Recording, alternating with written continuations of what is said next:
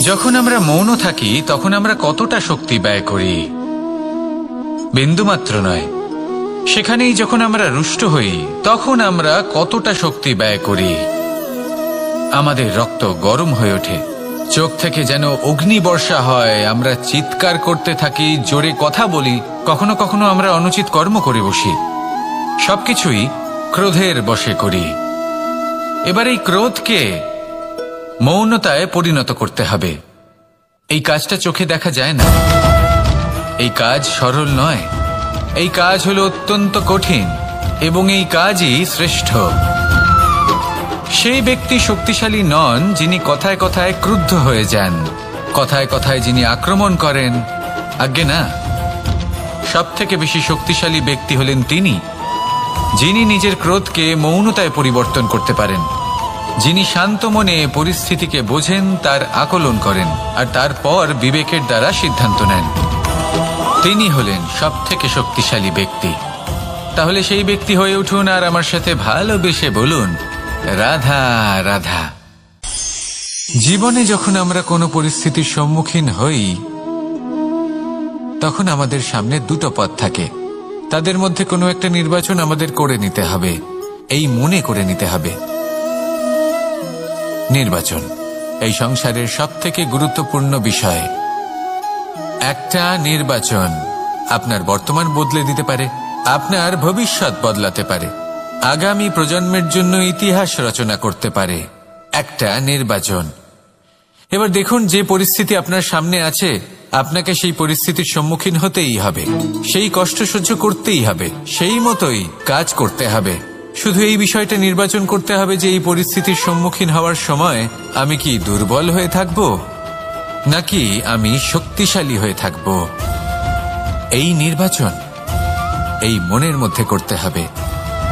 আর এই নির্বাচন হলো সব থেকে বেশি গুরুত্বপূর্ণ নির্বাচন। যদি নিজের মনকে শক্তিশালী করে তুলে সেই পরিস্থিতির সম্মুখীন হন তাহলে কিছুই আপনাকে বাধা দিতে পারবে না। পূর্ণ নিষ্ঠার সাথে, সাহসের সাথে এই মনকে শক্তিশালী করে তুলুন, তাহলে কোনো সংকট আপনাকে না বাধা দিতে পারবে না ভাঙতে পারবে।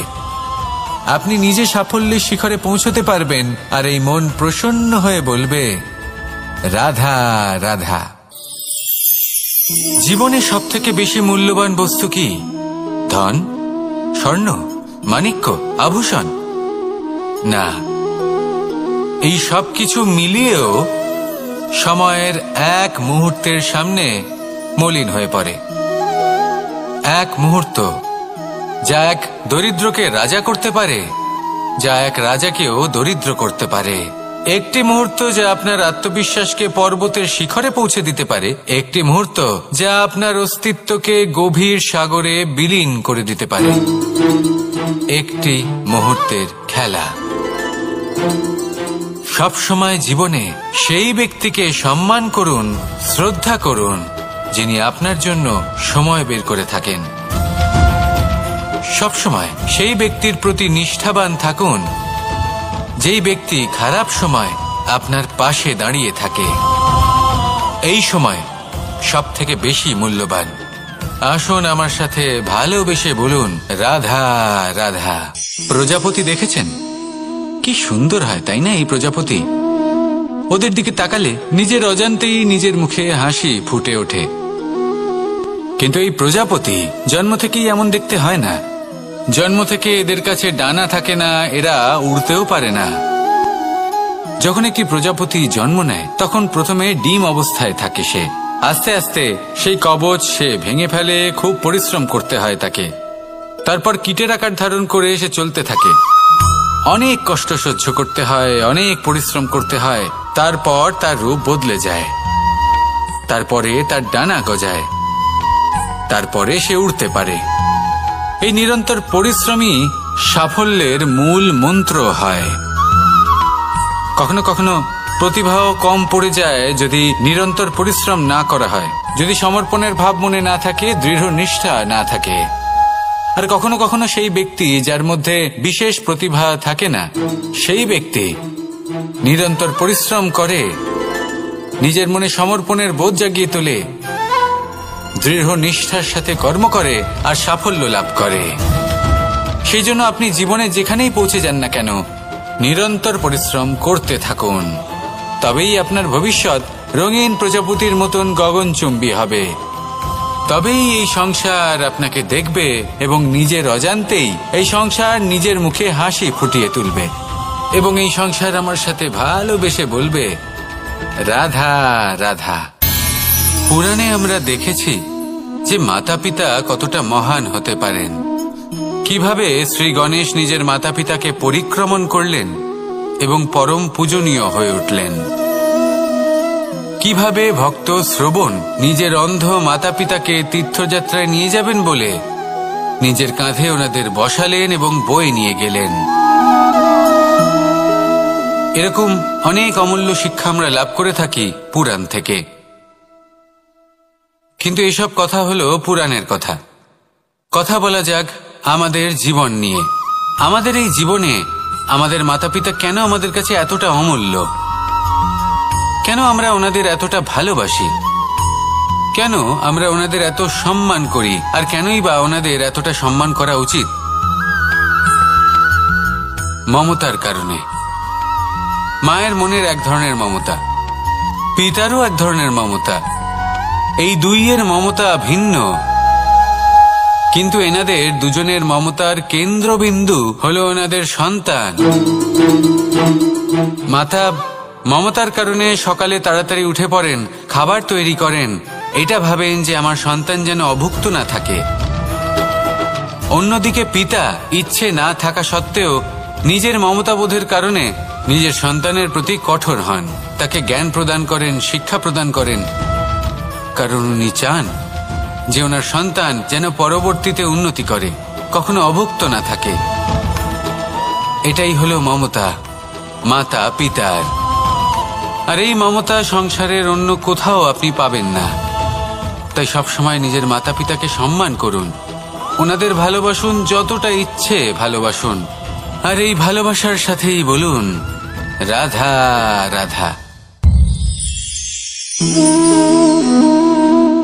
সম্পর্ক হলো আমাদের জীবনের একটি আধার।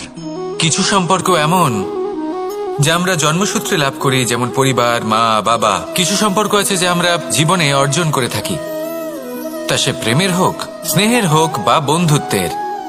এই সকল সম্পর্ক লাভ করার বা গড়ে তোলার 5টি ধাপ রয়েছে। প্রথম ধাপ, কোনো ব্যক্তির সাথে আলাপ হওয়া, তার সাথে কথা বলা বা তাকে দেখা। দ্বিতীয় ধাপ, সে ব্যক্তিকে আমাদের ভালো লাগা। তৃতীয় ধাপ, আমাদের এটা চাইতে শুরু করা যে জীবনে এই ব্যক্তি যেন আমাদের বন্ধু হন, আমাদের জীবনে থাকেন, বা আমাদের কাউকে ভালোবেসে ফেলা। আর এটা আমাদের ভাবা বা চাওয়া যে সেই ব্যক্তি যেন আজীবন আমার সাথে থাকেন, আমার জীবনে আমার সাথী হয়ে। চতুর্থ ধাপ, লাভ করা। এবার এই ধাপটি অনেক মানুষের পক্ষেই খুবই সরল হয়, বড়ই সরলভাবে নিজেদের সঙ্গীকে লাভ করে থাকেন। কিছু মানুষের জন্য এই ধাপ অত্যন্ত কঠিন হয়ে থাকে। অনেক প্রতিকূল পরিস্থিতির উপর জয়লাভ করে তারা সঙ্গীকে লাভ করেন, কিন্তু লাভ অবশ্যই করেন। এরপরে আসে পঞ্চম, অন্তিম এবং সবথেকে গুরুত্বপূর্ণ ধাপ। সেটা হলো সেই সম্পর্ক পালন করা। এটা হলো এমন এক বিষয় যা প্রত্যেক মানুষের শেখা উচিত। যদি ব্যক্তি নিজের জীবনে সম্পর্ক রক্ষা করতে শিখে যান, তবে প্রত্যেক সম্পর্ক তার জীবনকে স্বর্গ করে তুলবে। আসুন আর আমার সাথে ভালোবেসে বলুন, রাধা রাধা। জ্যোতিষ একটা বিদ্যা, এ হলো একটা বিজ্ঞান। যে নক্ষত্র দশায় আপনি জন্মগ্রহণ করেছেন, যে স্থানে আপনার জন্ম হয়েছে, এগুলো আপনার জীবনের দিশা স্থির করার ক্ষেত্রে গুরুত্বপূর্ণ ভূমিকা পালন করে। কিন্তু যে রাশিতে আপনি জন্ম নিয়েছেন আর আপনার যা নাম স্থির হয়েছে, সেটা আপনার ভবিষ্যৎ নির্ধারণ করবে তা আবশ্যক নয়। রা দিয়ে রাম এবং রা দিয়ে রাবণ, এই দুজনের রাশি সমান ছিল, কিন্তু একজন নিজের শক্তির দুর্ব্যবহার করলেন। স্বর্ণ লঙ্কার অধিপতি রাবণ, চতুর্দিকে বিজয়ী হওয়া সেই ব্যক্তি নিজের পতনের সম্মুখীন হলেন। শ্রীরাম রাবণকে বধ করলেন।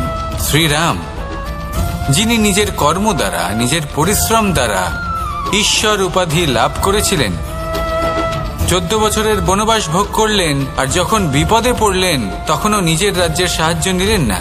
বনের মধ্যে নিজে বানর এবং ভাল্লুকদের নিয়ে একটি সেনাবাহিনী গড়ে তুললেন এবং রাবণকে তার কুকর্মের শাস্তি দিলেন।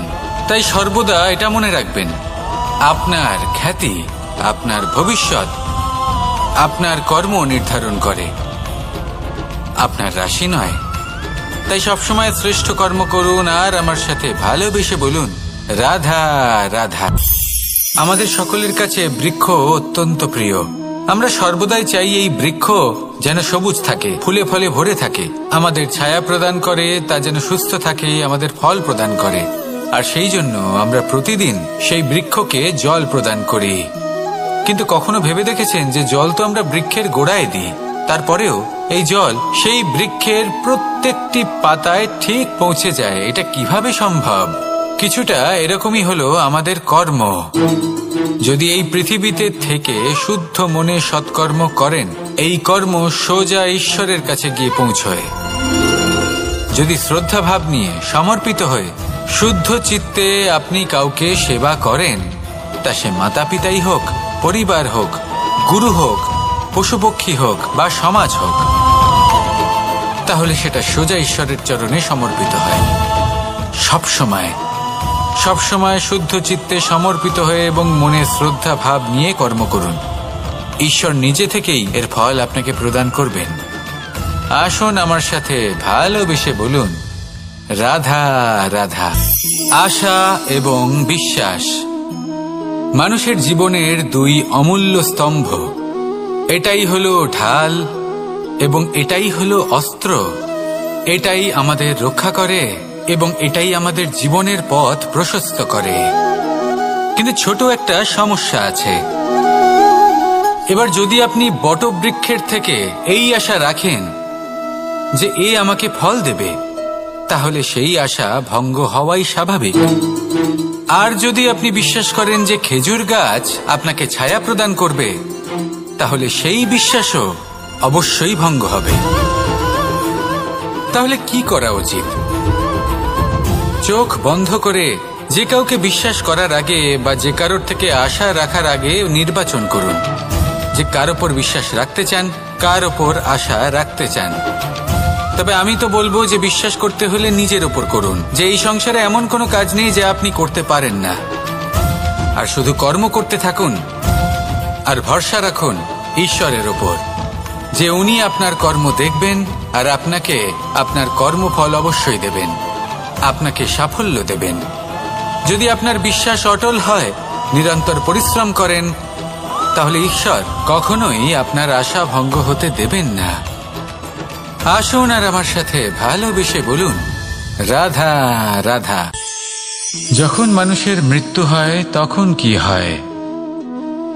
অনেক সংখ্যক মানুষ শোক পালন করতে চলে আসেন।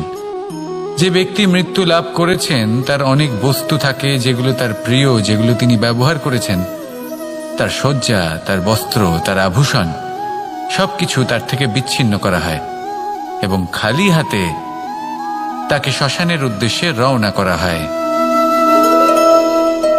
আমি আপনাকে এই প্রশ্ন করতে চাই, আপনি এই সংসারে কি অর্জন করেছেন? ধন সম্পত্তি, বস্ত্র, আভূষণ, এই সবকিছু যে আপনি অর্জন করেছেন, আপনার মৃত্যুর পরে তা আপনার থেকে দূর হয়ে যাবে। এর উত্তর হলো একটাই, আপনার কর্ম। শুধু সেটাই আছে যা একান্ত আপনার, আর শুধু সেটাই এই সংসার থেকে চলে যাওয়ার পরেও সংসারেই জীবিত থাকবে।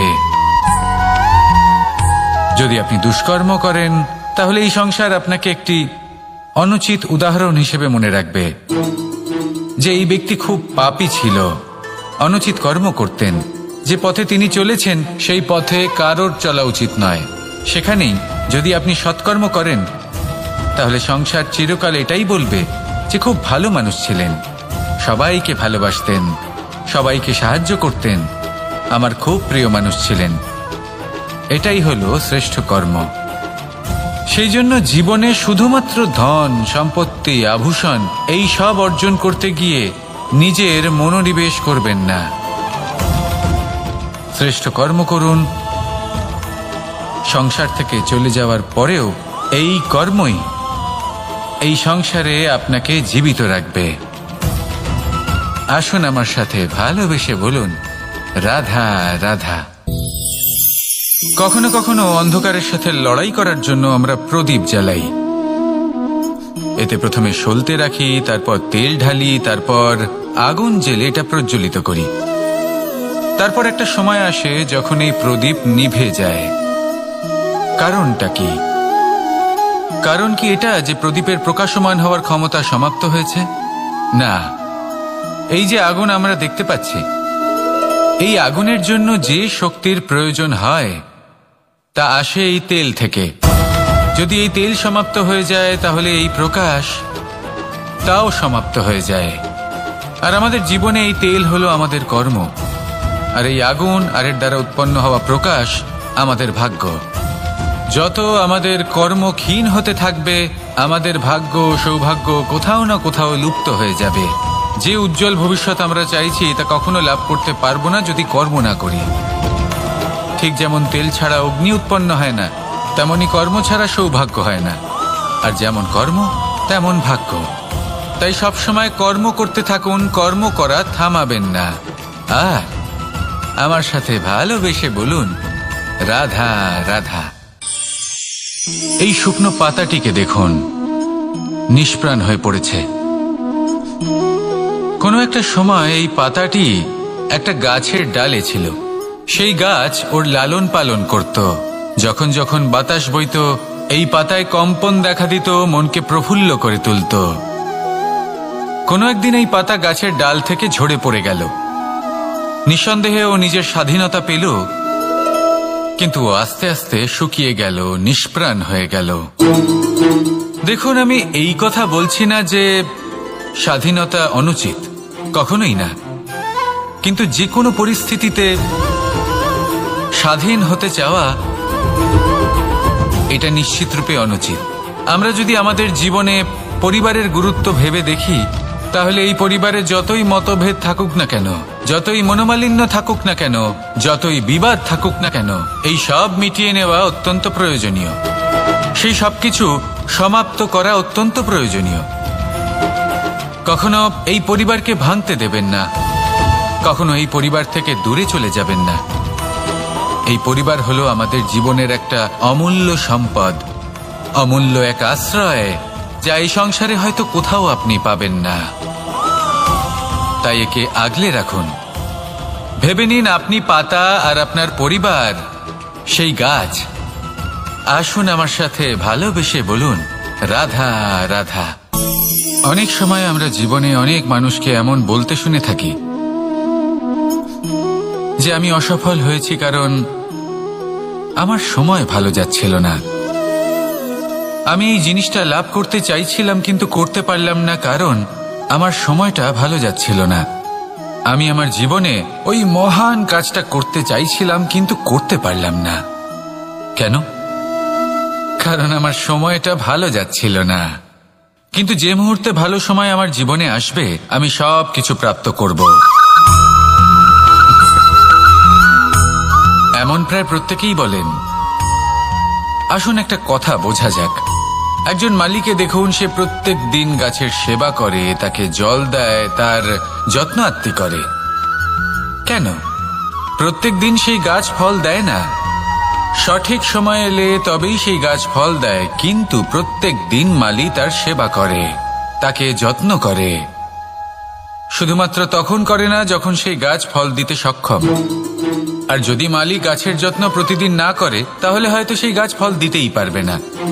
এটাই হলো আমাদের জন্য একটা শিক্ষা। যখন সময় আমাদের জন্য অপেক্ষা করে না, তখন আপনি সময়ের জন্য কেন অপেক্ষা করছেন? ভালো সময়ের জন্য অপেক্ষা করবেন না। ভালো এবং শুভ কর্ম দ্বারা ভালো সময়কে নিজের কাছে টেনে আনুন। নিরন্তর কর্ম করুন, পরিশ্রম করতে থাকুন। শুভ সময় আপনা থেকেই আপনার কাছে আসবে। আসুন আমার সাথে ভালোবেসে বলুন, রাধা রাধা। একে বালি বলুন, মাটি বলুন বা ধুলো বলুন, এ দিয়ে কত কিছু করা সম্ভব। এ দিয়ে আপনি নিজের বাসস্থান নির্মাণ করতে পারেন, প্রাচীর গড়ে তুলতে পারেন, অট্টালিকা নির্মাণ করতে পারেন। কিন্তু যদি এই বালিকে আপনি মুষ্টিবদ্ধ করে রাখতে চান, তাহলে তা হাত থেকে ফসকে যাবে। আপনি কখনোই একে মুষ্টিবদ্ধ করতে পারবেন না। এরকমই হয় আমাদের জীবন, আর এরকমই হয় সময়। এই মুষ্টিবদ্ধ করা বালির মতো। সময়কে আমরা বাধা দিতে পারবো না, আটকেও রাখতে পারবো না। এ হলো প্রবাহমান। জন্ম থেকে মৃত্যু পর্যন্ত এই যে সময়, তা খুবই সীমিত। আর এই সময় আমরা যেটাই করি তার দ্বারাই আমাদের মূল্য নির্ধারিত হয়। আর এই সংসার থেকে চলে যাওয়ার পরেও এই সংসার এই সব কর্মের জন্যই আমাদের মনে রাখে। তাই যদি আপনি এটা ভাবেন যে আজ যে কর্ম করার ছিল আমি না হয় কাল করে নেব, কাল আমার লক্ষ্যে পৌঁছানোর কথা ছিল আমি পরশু পৌঁছব, না, এই সময় খুব মূল্যবান, একে নষ্ট করবেন না। এই সময়কে সদ্ব্যবহার করুন, মহান হবার পথে অগ্রসর হন। একে যদি মুষ্টিবদ্ধ করে রাখার চেষ্টা করেন, এই সময় থেমে থাকবে না। আসুন আমার সাথে ভালোবেসে বলুন, রাধা রাধা। আমাদের জীবনে অনেক ধরনের ব্যক্তি এসে থাকেন। কেউ কেউ আমাদের সাথে থেকে যান, কেউ আমাদের থেকে দূরে চলে যান। কেউ ভালো মানুষ হন, কেউ খারাপ মানুষ। কিন্তু আমরা সবসময় সেই সময়টাকে নিয়ে দুঃখ প্রকাশ করি যখন আমাদের জীবনে কোনো খারাপ ব্যক্তি প্রবেশ করেন। তারা আমাদের খারাপ অনুভূতি দেন, দুঃখ দেন, কষ্ট দেন। আমরা সবাই তাকে ভালো মন্দ কথা বলি। কিন্তু কেন? এমন বিভিন্ন ধরনের মানুষ, খারাপ মানুষ, ভালো মানুষ সবার জীবনেই আসেন এবং সকলকেই একটা অমূল্য শিক্ষা দান করে যান। এবার আপনি নিজেই ভেবে দেখুন, জীবনে যখন প্রথমবার আপনি আগুন স্পর্শ করেছিলেন, তখন আপনি একটা শিক্ষা লাভ করেছিলেন যে আমাকে আগুনের থেকে একটু দূরে থাকতে হবে। তারপর আস্তে আস্তে আপনি শিখলেন যে কিভাবে এই আগুনকে নিয়ন্ত্রণে রাখতে হবে। তারপর আপনি শিখলেন যে কিভাবে নিজের জীবনে তাকে প্রয়োগ করতে হবে, তা সে অন্ধকারে প্রকাশ লাভ করার জন্য হোক বা খাবার বানানোর জন্য। সেইভাবেই কোনো খারাপ ব্যক্তি যখন আপনার জীবনে আসে, কোনো শিক্ষা দিয়ে যান, তার প্রতি কৃতজ্ঞ থাকুন। তার বিষয় খারাপ ভাবার বা খারাপ অনুভূতি নিয়ে থাকার কোনো প্রয়োজন নেই। সেই শিক্ষা লাভ করুন, ইতিবাচক মনোভাব নিয়ে জীবনের সামনে এগোতে থাকুন। কেউ নেই যিনি আপনাকে বাধা দিতে পারেন। আসুন আমার সাথে ভালোবেসে বলুন, রাধা রাধা। এই সংসারে অনেক অনেক এমন জ্ঞানী আছেন যারা নিজের সমস্ত জীবন জ্ঞান অর্জন করতে অতিবাহিত করেছেন। এই সংসারে এমন কোনো বেদ নেই, কোনো পুরাণ নেই, কোনো শাস্ত্র নেই, কোনো ভাষা নেই যা ওনারা জানেন না। এমন কোনো বিষয় নেই যা নিয়ে ওনারা কোনো বক্তব্য রাখতে পারবেন না। কিন্তু আমরা এই সকল জ্ঞানীকে কি ভালোবাসতে পারি? এনাদের সকলকে সম্মান করতে পারি না। কারণটা কি? দেখুন, বেদ পড়া একটি আলাদা বিষয়, বেদনা বুঝতে পারা অন্য ব্যাপার। এবং বেদনা বোঝার জন্য, সেই জ্ঞান লাভ করার জন্য আপনাকে মন থেকে করুণা এবং প্রেমের সঠিক অর্থ বুঝতে হবে। সামনের ব্যক্তির বেদনা বুঝতে হবে, তার যন্ত্রণাকে বুঝতে হবে। তারপর যে জ্ঞান আপনি অর্জন করেছেন বেদ থেকে, পুরাণ থেকে, শাস্ত্র থেকে, তা প্রয়োগ করে তার বেদনার নিবারণ করা, সেটা বেশি গুরুত্বপূর্ণ। সেই জন্য জীবনে শুধুমাত্র শাস্ত্র এবং বেদ পড়ে জ্ঞান অর্জন করতে সময় নষ্ট করবেন না। মন থেকে প্রেমের কি অর্থ সেই বিষয়ে জ্ঞান লাভ করার চেষ্টা করুন। করুণাও বুঝতে চেষ্টা করুন। একজন শ্রেষ্ঠ ব্যক্তি হয়ে উঠুন আর আমার সাথে ভালোবেসে বলুন, রাধা রাধা। একটি হাতির শরীরে কত বল থাকতে পারে সেটা আমরা সবাই জানি। একটা প্রহারেই বিশালাকার প্রাচীর ভেঙে পড়তে পারে। কিন্তু সেটা তখন হয় যখন সেই হাতির নিজের শক্তির বিষয়ে কোনো ধারণা থাকে।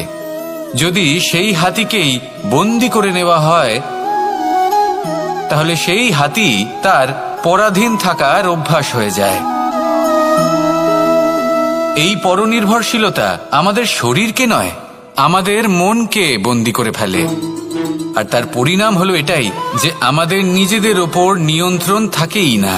যদি নিজের ওপর নিয়ন্ত্রণ না থাকে, তাহলে নিজেদের প্রকৃত শক্তির সাথে আমরা কিভাবে পরিচিত হব? সেই জন্য এই সংসারের সবথেকে বড় আনন্দ হলো স্বাধীনতা। এই স্বতন্ত্রতাকে আনুন নিজের বিবেচনায়, নিজের চিন্তাভাবনায়, নিজের জীবনে। কারোর কথায় প্রভাবিত হবেন না। নিজের বিবেকবোধ জাগ্রত করুন এবং এগোতে থাকুন।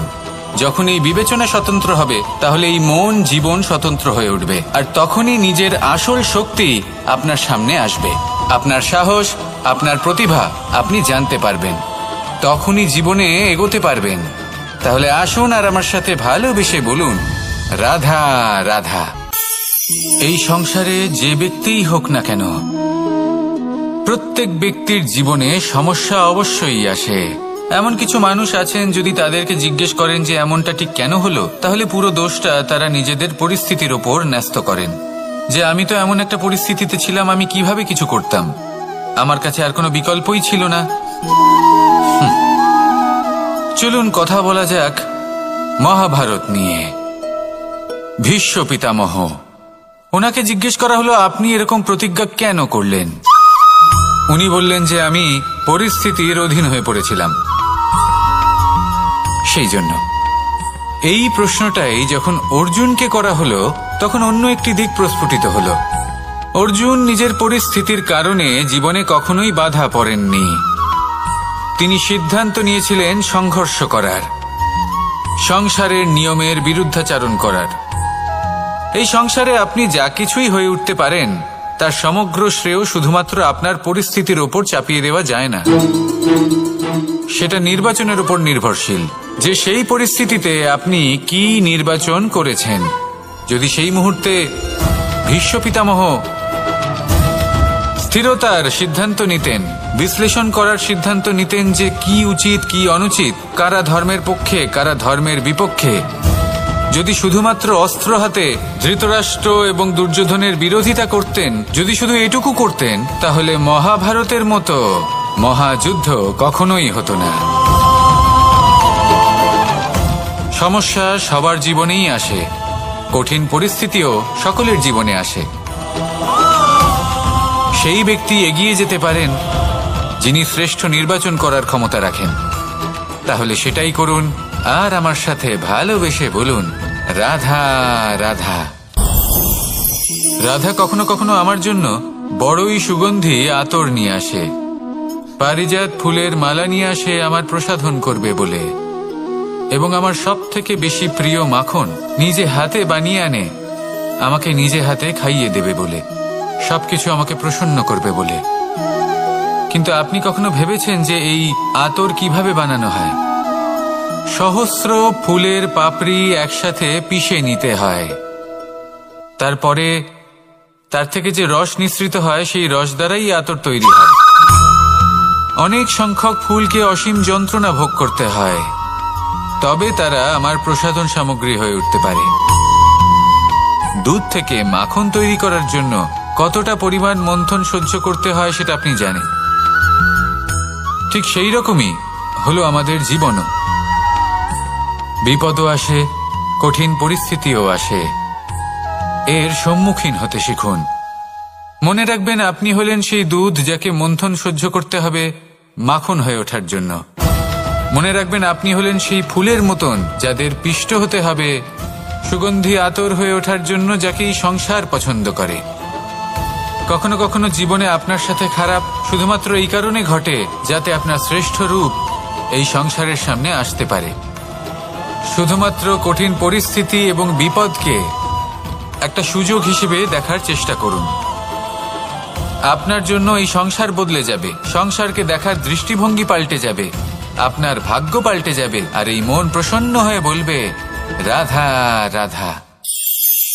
জীবনে অনেক সময় আমরা এটা দেখে থাকি যে আগামী প্রজন্ম সেই কাজটি করে যেটা তার পূর্ববর্তী প্রজন্ম করে গেছেন। একটা উদাহরণ দিই। তাহলে দেখুন, একদিকে আছে মাতা পিতা যারা আজীবন সংঘর্ষ করেছেন ধন অর্জন করার জন্য, তারপর তারই সন্তান তার সাথে এই লড়াই করে তার থেকে সমস্ত সম্পত্তি ছিনিয়ে নিল। তারপরে যত সময় অতিবাহিত হয় সেই সন্তানের সাথেও সেই একই ক্রিয়া ঘটতে থাকে। তার সন্তান তার সমস্ত সম্পত্তি ছিনিয়ে নেয়। তাহলে এমন কি সঞ্চয় করবেন যা পরবর্তী প্রজন্মকে দিয়ে যেতে পারেন, সেই বিষয়ে ভাবুন। ভেবে দেখুন, এই যে ধন সঞ্চয় আপনি করছেন এর আসলে লাভ কি? অবশ্যই আবশ্যক, কিন্তু এটাই কি শুধু সবথেকে গুরুত্বপূর্ণ বিষয়, যেখানে আপনি জানেন যে আপনি এই সম্পত্তি ভোগ করতে পারবেন না, কারণ এই সমস্ত সম্পত্তি আপনাকে পরবর্তী প্রজন্মের হাতে সঁপে দিতে হবে। তাহলে ধন সঞ্চয় করুন, কিন্তু এমন একটা সম্পত্তি কেন সঞ্চয় করা উচিত নয় যার উপভোগও আপনি করতে পারবেন, পরবর্তী প্রজন্মকেও দিয়ে যেতে পারবেন, আর মতভেদও হবে না। এমন সম্পত্তি আছে, আর এই সম্পত্তি হলো প্রেম। যদি আপনার মনে কোনো কিছু সঞ্চয় করার বাসনা জেগে ওঠে, তাহলে প্রেম সঞ্চয় করুন। সেটা পরবর্তী প্রজন্মও পাবে এবং সেই প্রজন্ম ভবিষ্যতে ভালোবাসা ছড়াতে থাকবে। আর তখন এই মন সুপ্রসন্ন হয়ে বলবে, রাধা রাধা।